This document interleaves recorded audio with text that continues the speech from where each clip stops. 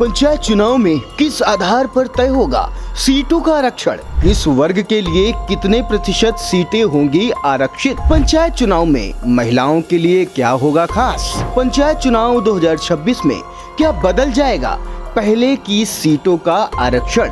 क्या पिछली बार की आरक्षित सीटें इस बार हो जाएंगी सामान्य? आकाश इंस्टीट्यूट ऑफ सीतापुर में मेडिकल व IIT जेई फाउंडेशन कक्षा 6 से 12वीं तक के तथा उत्तीर्ण विद्यार्थियों के लिए अग्रणी कोचिंग संस्थान। Ground floor, penguin tower, Hardoi road, Sitapur. नमस्कार, आप देख रहे हैं आई इंडिया और मैं हूं डॉक्टर पंकज सिंह गौर। नमस्कार, मैं हूं प्रियांशु मिश्रा। तो आई इंडिया का पैनल जैसा कि हर पंचायत चुनाव में आपके लिए महत्वपूर्ण जानकारी लेकर आता है, इस बार भी आई इंडिया सबसे सटीक, सबसे विश्वसनीय तरीके से आपको जानकारी देने जा रहा है और जानकारी भी उसकी जिसको लेकर गांव में इस समय चर्चाएं तेज हैं। दरअसल गांव की सरकार बनाने की अब तैयारियां चल रही हैं। बिगुल भी बज चुका है पंचायत चुनाव का। ऐसे में गांव की सरकार का मुखिया मनमाफिक कौन होगा या अपना मुखिया कौन होगा, ये तभी तय हो सकता है जब वो सीट उनके मन मुताबिक हो, यानी वहां आरक्षण की व्यवस्था उनके मन मुताबिक हो। तो आरक्षण को लेकर सबकी निगाहें लगी हुई हैं कि उत्तर प्रदेश में पंचायत चुनाव में किसकी ग्राम पंचायत इस बार किस वर्ग के लिए आरक्षित होगी। क्योंकि आपने देखा पिछले 5 साल पहले जब हम जाते हैं, जब अभी 5 साल होने को है, यानी जब चुनाव होने थे, उसी समय आई इंडिया लॉन्च हुआ था। लाखों दर्शकों ने आई इंडिया पर विश्वास किया था। आरक्षण को लेकर हमने हर एक खबर आप तक पहुंचाने का काम किया था। यहां तक कि आरक्षण को लेकर कोर्ट में क्या कुछ चल रहा है, सरकार क्या कर रही है, सुप्रीम कोर्ट तक कैसे सुनवाई हुई, ये भी हमने आपको बताया था। और फिर हमने आपको बताया था किस ग्राम पंचायत की कौन सी सीट संभावित हो सकती है। वो ग्राम प्रधान पद का चुनाव हो या फिर जिला पंचायत सदस्य पद का चुनाव हो या ब्लॉक प्रमुख पद का चुनाव हो। जो आई इंडिया ने बताया वही आखिर में सच साबित हुआ। तो कुल मिलाकर हम आपको पिछले क्या कुछ हुआ था ये हम आगे बताएंगे, लेकिन सब लोग जानना चाह रहे होंगे कि इस बार आरक्षण को लेकर सरकार की कवायद क्या चल रही है, क्या सरकार करने जा रही है, किस आधार पर आरक्षण की व्यवस्था को ग्राम पंचायत में लागू करेगी, तो किसकी सीट रहेगी और किसकी सीट जाएगी, ये हम अभी आपको बताएंगे। क्योंकि आप लोग गुणागणित लगा सकते हैं कि किस आधार पर सरकार आरक्षण की व्यवस्था लागू करने की तैयारी कर रही है। जैसा कि पंचायती राज मंत्री ओम प्रकाश राजभर का एक बयान आता है और उनके मुताबिक ये कहा जाता है कि जो आरक्षण की व्यवस्था इस बार ग्राम पंचायत में लागू होगी वो दरअसल 2011 की जनगणना के अनुसार होगी और चक्रानुक्रम चलेगा। तो इसी बात को समझाएंगे हमारे सहयोगी प्रियांशु मिश्रा, जो पंचायत चुनाव से जुड़ी हुई हर एक खबर आप तक पहुंचाते आ रहे हैं और आगे भी पहुंचाते रहेंगे। प्रियांशु, मेरा पहला सवाल कि उत्तर प्रदेश की योगी सरकार जो ग्राम पंचायत के चुनाव होने हैं उसको लेकर के ये कयास लगाए जा रहे हैं कि फरवरी से मार्च के बीच में चुनाव हो सकते हैं। तो ऐसे में आरक्षण की व्यवस्था को लेकर क्या सरकार की ओर से जो संकेत दिए गए हैं वो क्या रहेगा, कैसे ग्राम पंचायतों में आरक्षण लागू करेगी सरकार? जी बिल्कुल सर, बताना चाहेंगे। पहली बात तो सबसे पहला जो ग्राम पंचायतों में चुनाव जो होते हैं वो पंचायत चुनाव, उसमें पहला स्टेप होता है ग्राम पंचायतों का पुनर्गठन। तो ग्राम पंचायतों की पुनर्गठन का काम पूरा हो चुका है, स्थिति साफ हो गई है। अगर हम 2021 की बात करें तो 58,195 सर ग्राम पंचायतें थी और इस बार जो सर कई जो है ग्राम पंचायतें या मजरे कट के नगर निकाय में शामिल हो गए जब नगर निकाय के चुनाव हुए थे 2023 में। अब जो सीन है उसमें अगर देखा जाए तो प्रदेश में 57,695 ग्राम पंचायतों में चुनाव होगा, 826 ब्लॉक हैं और 75 जिलों में जिला पंचायत अध्यक्ष चुने जाएंगे। तो ये पहला स्टेप सर सरकार ने पूरा कर दिया है या राज्य निर्वाचन आयोग ने पूरा कर लिया है। इसके बाद सर मतदाता सूची जो पुनरीक्षण का कार्य है वो 18 जुलाई से शुरू हो जाएगा और अंतिम मतदाता सूची का जो प्रकाशन है सर वो 15 जनवरी 2026 के होगा। जब ये मतदाता सूची का पुनरीक्षण का सर काम पूरा हो जाएगा, उसके बाद जो आएगा आरक्षण का मुद्दा आएगा, आरक्षण कैसे होगा। तो सर इस बार आरक्षण में थोड़ी देरी इसलिए भी मानी जा रही है, हम आपको बता दें, क्योंकि सरकार ने यह फैसला लिया है कि ओबीसी आयोग का गठन किया जाए, जो अभी हो नहीं पाया है उसको गठित होने में सर 3 महीने करीब लग सकते हैं। इस वजह से ये सर जनवरी में जा रहा है आपका जो ये होना है आरक्षण का सर प्रक्रिया। तो इसके लिए दावे और आपत्तियां भी मांगी गई हैं। दावे और आपत्तियां आने के बाद इसमें सर तमाम तरह की कानूनी अड़चनें भी आती है, यह हर चुनाव में देखा जाता है। तो 15 जनवरी के बाद से माना जा रहा है कि आरक्षण की प्रक्रिया शुरू होगी। तो जो आरक्षण की प्रक्रिया है वो हम दर्शकों को बता देते हैं क्लियर एकदम साफ कि आरक्षण तय करने के लिए 2011 की जनगणना और पूर्ववर्ती आरक्षण नियमावली को ही आधार बनाया जाएगा। यानी कि पिछले साल सर क्या आरक्षण रहे थे 2021 चुनाव से पहले 2015 में जो हुए थे उसको भी सर देखा जाएगा। इसके अलावा बताया जा रहा है सर 2021 में चुनाव हुए थे और 10 साल बाद जनगणना भी होनी थी, तो सर जनगणना तो हो नहीं पाई। इसी वजह से 2011 की जनगणना के अनुसार ही आरक्षण तय किया जाएगा और जो पुराने रिकॉर्ड है उनका भी सहारा सरकार को लेना पड़ेगा, क्योंकि 2021 में जो पुराने जिस हिसाब से आरक्षण लागू हुआ था उसको आधार सरकार ने बनाया था। हालांकि सर उसमें भी तमाम तरह की अड़चनें आई थी, लोग हाई कोर्ट तक गए थे, सुप्रीम कोर्ट तक भी मामला गया था और सरकार को मुक्की खानी पड़ी थी और आरक्षण को बदलना पड़ा था। अब सर बता देते हैं कि जो सीटें हैं उनमें सर आरक्षण की प्रक्रिया कैसे लागू होगी, कितनी प्रतिशत सीटें किसके लिए जाएंगी। तो सर त्रिस्तरीय पंचायत चुनाव जो 2026 में होना है, लोग कह रहे हैं सर फरवरी मार्च में भी होगा, राज्य निर्वाचन आयोग ने भी कहा है, लेकिन हमने देखा है सर आरक्षण लागू होने के बाद कोई ना कोई कोर्ट में रिट जाती है, उस कारण से भी देरी होती है। फिलहाल वो तो बात का विषय है। अब हम बता देते हैं कि किसके लिए कितनी सीटें सर जो है तय की जाएंगी, क्या सर बनाया गया है पूरी व्यवस्था। तो त्रिस्तरीय पंचायत चुनाव में 27% सीटें सर अन्य पिछड़ा वर्ग यानी ओबीसी के लिए जो है आरक्षित की जाएंगी। यानी 27% जो सीटें होंगी वो ओबीसी के लिए आरक्षित होंगी, उन पर ओबीसी के प्रत्याशी चुनाव लड़ पाएंगे। इसके बाद सर अनुसूचित जाति जिसे हम एससी भी कहते हैं 20.69% जो है अनुसूचित जाति के लिए सीटें आरक्षित की जाएंगी। फिर बात करते हैं एसटी अनुसूचित जनजाति के लिए, तो 0.56% यानी कि आधा प्रतिशत जो सीटें हैं सर वो एसटी के लिए सर आरक्षित होंगी। इसके अलावा एसटी मतलब अनुसूचित जनजाति, अनुसूचित जनजाति सर। और इसके अलावा सर इन सभी में जो वर्गों की महिलाएं हैं, चाहे हम ओबीसी की बात करें, चाहे सर बात करें एससी की, चाहे एसटी की बात करें, महिलाओं की सर इसमें जो भागीदारी होगी वो इस बार 33% रहने वाली है। यानी 33% सीटें महिलाओं के लिए आरक्षित हर वर्ग में सर। अगर हम ओबीसी में बात करें 27% सीटों में तो 33% उसमें महिलाएं होंगी। अगर 20.69% अनुसूचित जाति है तो उसमें भी 33% उसकी हिस्सेदारी महिलाओं की रहेगी और 0.56% एसटी वर्ग है, अनुसूचित जनजाति वर्ग है, उसमें भी 33% जो सीटें हैं वो महिलाओं के लिए आरक्षित की जाएगी। सामान्य वर्ग में भी बाकी सर कुछ सामान्य वर्ग भी होंगे और सामान्य वर्ग का सर हम जानते हैं कि सामान्य वर्ग की सीट पर कोई भी प्रत्याशी सर चुनाव लड़ सकता है,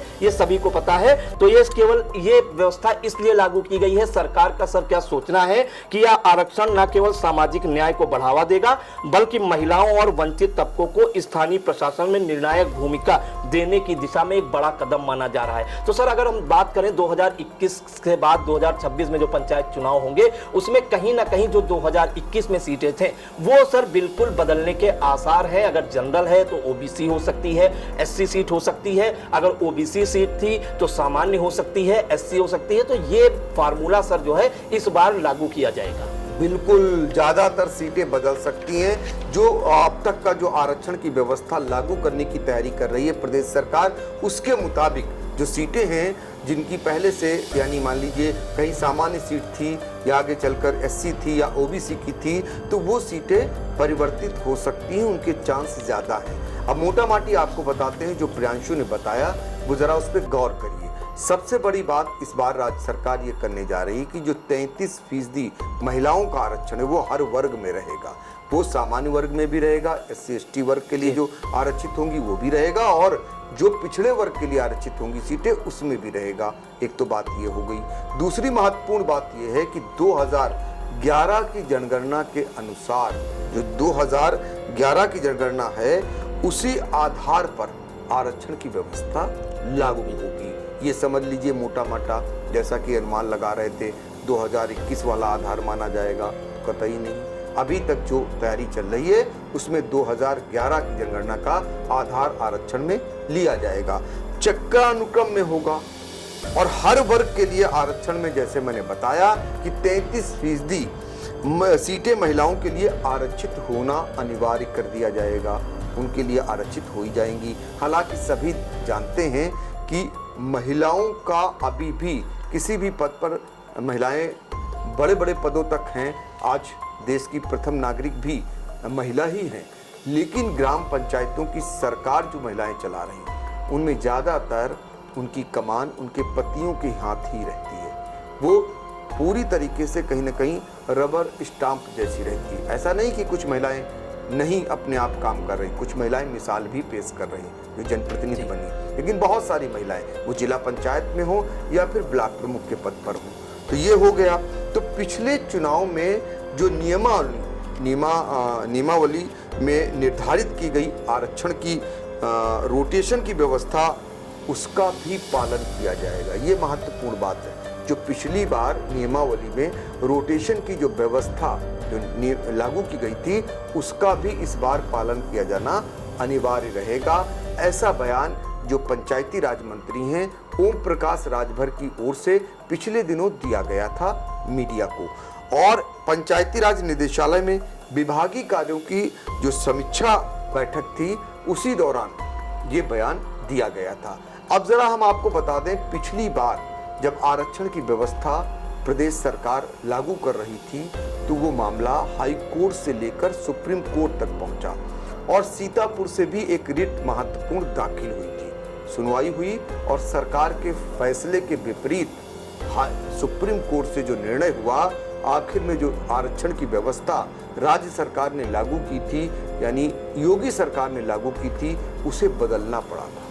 बहुत सारे लोगों के अरमान जो है धूल दूषित हो गए थे और बहुत सारे वो लोग जो ये मान बैठे थे कि वो आरक्षण के चलते चुनाव नहीं लड़ सकते, उनकी फिर से उनके लिए राहें बन गई थी। ऐसा भी हुआ था। अब जरा सोचिए कि एक आरक्षण व्यवस्था आती है कि ये सीट सामान्य हो गई है और उसके बाद वो तैयारी करने लगते हैं वहाँ के लोग जो चुनाव लड़ना चाहते हैं, तभी सुप्रीम कोर्ट से आदेश आता है जो आरक्षण व्यवस्था राज्य सरकार ने 2021 में लागू की थी वो गलत है और इस प्रक्रिया के तहत आरक्षण व्यवस्था लागू की जाएगी। तो मालूम हुआ वो बदल गया। जब बदल गया तो उनकी तैयारी धरी की धरी रह गई और जो लोग निराश बैठ गए थे वो फिर से लड़ने के लिए तैयार हो गए। ऐसी भी नौबत आई थी। तो कुल मिलाकर आरक्षण को लेकर जो भी अपडेट आएगी, या मान लीजिए मामला हाई कोर्ट या किसी कोर्ट तक पहुंचता है तो वो भी आई इंडिया आप तक पहुंचाएगा। पिछली बार हमने जो लोग इस मामले को लेकर लड़ रहे थे या जो उनके वकील पक्ष रख रहे थे कोर्ट में, चाहे हाई कोर्ट हो या सुप्रीम कोर्ट, उनका क्या तर्क था उसको भी आप तक पहुंचाने का काम किया था। और अगली बार भी प्रियांशु अगर ऐसा आता है इस बार तो हम लोग तैयारी में हैं, क्योंकि ये मामला आसानी से निपटने वाला नहीं होता है। ऐसे में प्रियांशु ने पहले ही आशंका जताई कि जो बताया है सरकार ने कि फरवरी से मार्च के बीच में पंचायत के चुनाव करा लिए जाएंगे। अब जरा सोचिए, अभी तो मतदाता पुनरीक्षण अभियान चलेगा, इसके बाद आरक्षण की प्रक्रिया शुरू होगी, फिर दावे आपत्तियां चलेंगी, निस्तारण होगा और फिर उसके बाद अगर उसमें विसंगति होगी तो कोर्ट भी बहुत सारे लोग जाते हैं। तो अब देखना होगा। फिलहाल ये तैयारी में सरकार चल रही है कि फरवरी से मार्च के समय ये पंचायत के चुनाव करा लिए जाएं। अगले वीडियो में जो हम आपको बताएंगे वो फिर से आपको इसलिए जगाने का, जागरूक बनाने का काम करेंगे क्योंकि अक्सर विवाद होता है मतदान के दौरान, जब मतदाता सूची में पता चलता है कि इनका नाम नहीं है या इनका नाम कट गया या मालूम हुआ कि जो मतदाता बनने वाले लोग हैं वो नहीं बन पाए। तो अभी से आपको जागरूक होने की जरूरत है।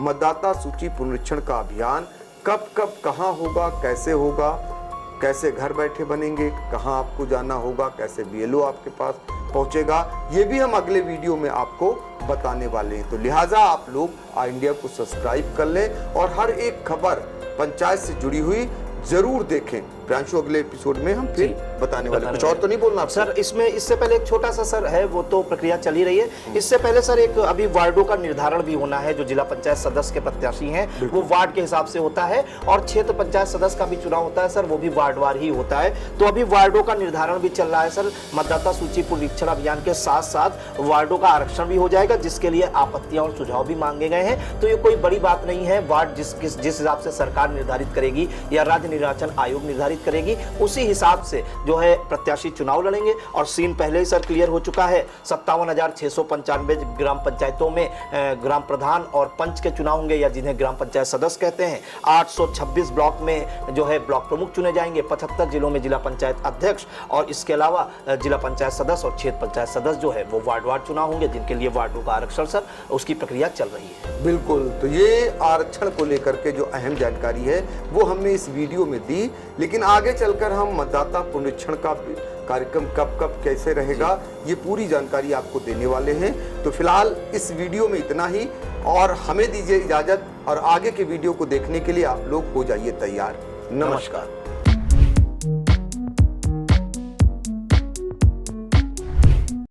फार्मेसी में करियर बनाने का सपना देख रहे हैं? JS. Singh institute of pharmacy Sitapur में 2025 के लिए डी फॉर्म, बी फॉर्म और एम फॉर्म में एडमिशन शुरू हो गए हैं। JS. Singh institute of pharmacy में पढ़ाई के साथ साथ अत्याधुनिक उपकरण युक्त लैब्स, विशेषज्ञ टीचर्स और टॉप मेडिकल कंपनियों में प्लेसमेंट का मौका।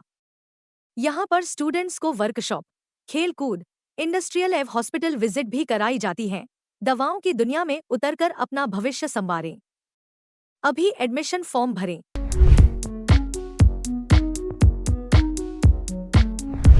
Sai Sanjivani hospital, station road, Sitapur. Sitapur का पहला मल्टी स्पेशलिटी हॉस्पिटल, जहां आपको जनरल फिजिशियन, हड्डी रोग, स्त्री रोग, जनरल सर्जरी, नाक कान गला और न्यूरो के डॉक्टर उपलब्ध हैं। साई संजीवनी में आयुष्मान कार्ड धारकों का मुफ्त इलाज और टीपीए कार्ड धारकों के लिए कैशलेस सुविधा उपलब्ध की गई है। हॉस्पिटल में आईसीयू, वेंटिलेटर, बाईपैप व डायलिसिस की सुविधा भी उपलब्ध है। Sai Sanjivani hospital, station road, Sitapur.